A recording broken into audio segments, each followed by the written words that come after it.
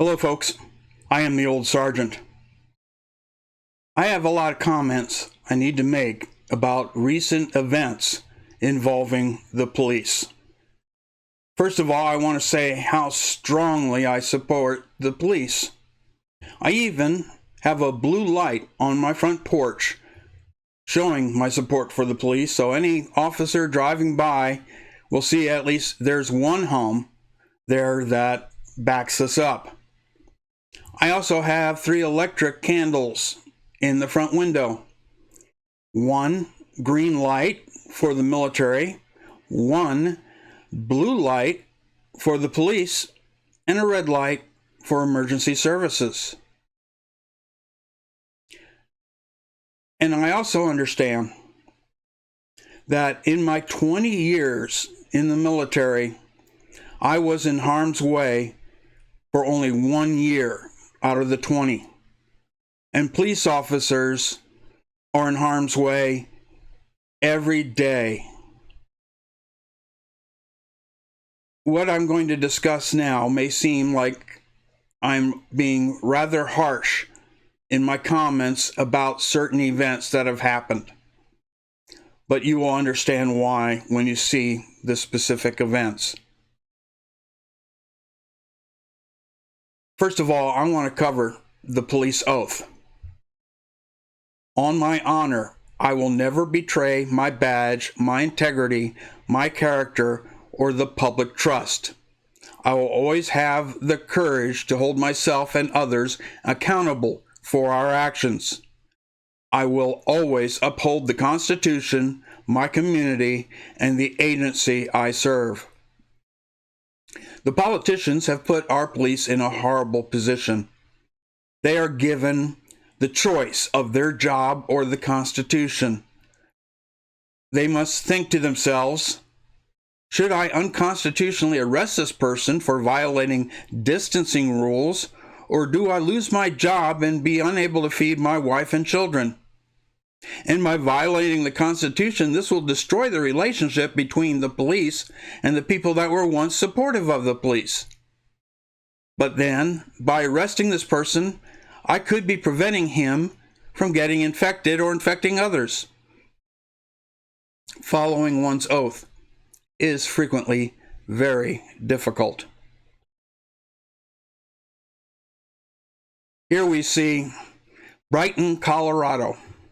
Police officers arrest a dad in front of his 6-year-old daughter for playing ball in a park. These police officers should be ashamed of themselves. This is a clear violation of the Constitution. To me, this appears to be power-tripping police. The police officers should be fired and personally sued. That includes all the management up to the mayor. In the follow-on story, Brighton police apologized to Matt Mooney, saying it was evident there was an overreach by Brighton police officers.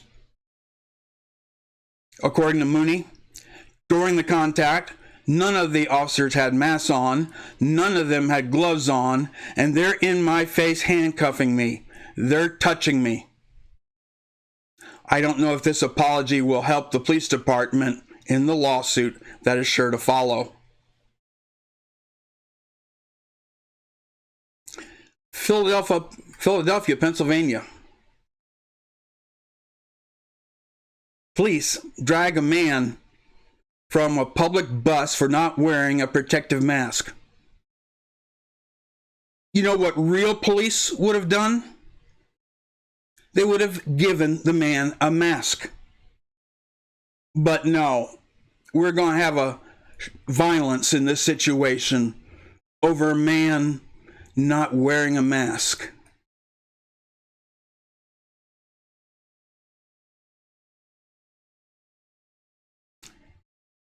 Police break up Amish party. Make arrests after 9/11 call for violating the COVID-19 stay-at-home rules. The Amish.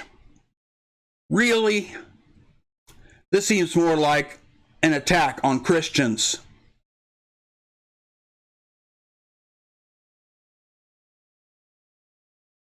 Meridian, Idaho. Mom arrested in public park for kids' play date. Again, police officers should read the Constitution. This woman could be classified as a criminal for taking her kids to a park. The officer involved misquoted the Constitution and questions everybody's right to gather. He apparently had never heard of the First Amendment and the people's right to assemble. There was confusion as to if the park was closed or closed to more than 4 people in a group. What right did the government have to close the park in the first place? The park belongs to the people. Later, the mom apologizes for trespassing arrest, says she wasn't there to make a political statement. She had nothing to apologize for. She seems like a nice American woman that became overwhelmed as her arrest video went global.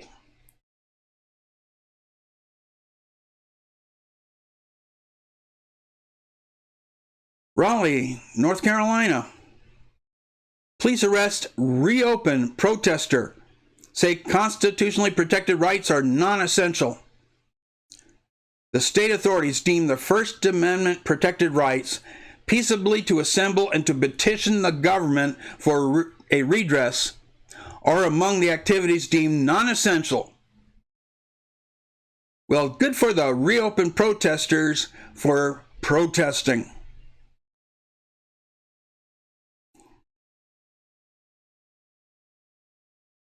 Greenville, Mississippi. Police issued $500 tickets to worshipers attending a drive-in Easter service. These people were insulated in their own cars. They were listening to a preacher with a short-range radio transmitter from their cars, isolated from each other. This wasn't about the CCP virus.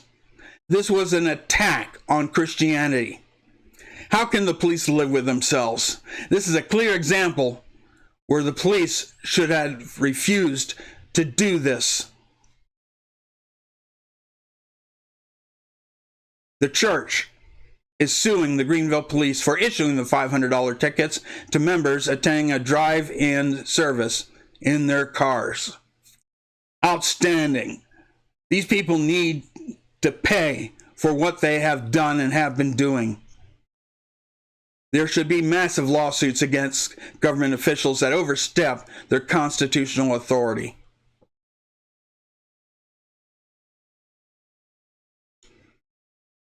Laredo, Texas.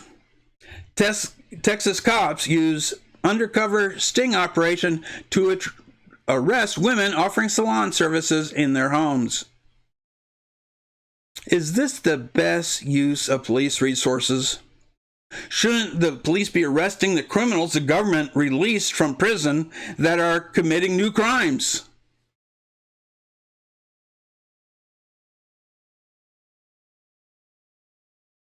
Maryville, Kentucky. Baptist church parking lot was booby-trapped with nails. Police take down license plates of church attendees, leave harassing notes on cars. This is another attack on Christians. You know darn well they didn't do this to any mosque.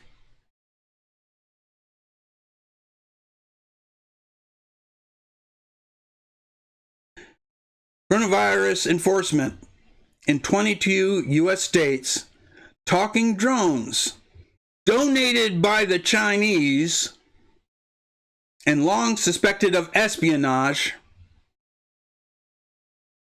are out there making sure we social distance and essentially just spying from the sky. At what point are actions by the government officials and police amount to treason? This event is being used to create a socialist police state. I do not envy the position the politicians have put the police in, but the police swore an oath to the Constitution and to the people they serve and protect. The examples I have talked about are examples of police that have violated their oaths. I have also sworn an oath to the Constitution. Veterans even believe their oath is for life and continues after their active service ends.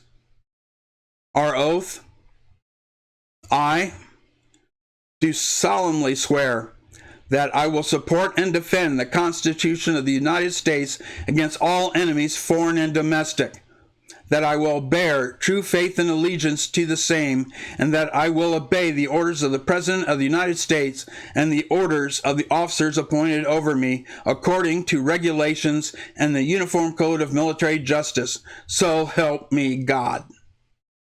The phrase, "so help me God," continues the covenant between this nation and God, first used when George Washington was sworn in as the first president of the United States of America. But even with this oath, we were taught from basic training on that you do not follow illegal orders. If you do, you are just as responsible as the person giving the illegal orders. The Nuremberg trials of German National Socialists after the end of World War II established that rule, that you cannot use following orders as an excuse. Many sheriffs have refused to follow such orders. Many police did the right thing and just warned people in a friendly manner without overstepping their authority. But there are many police officers that need to have a come to Jesus moment and contemplate what they have done, how they have violated their oath, and the bad consequences for our nation. To the police officers that followed their oath, thank you for your service to those you serve and protect, and to our nation. I am the old sergeant. Stay informed, stay prepared, stay active, stay vigilant.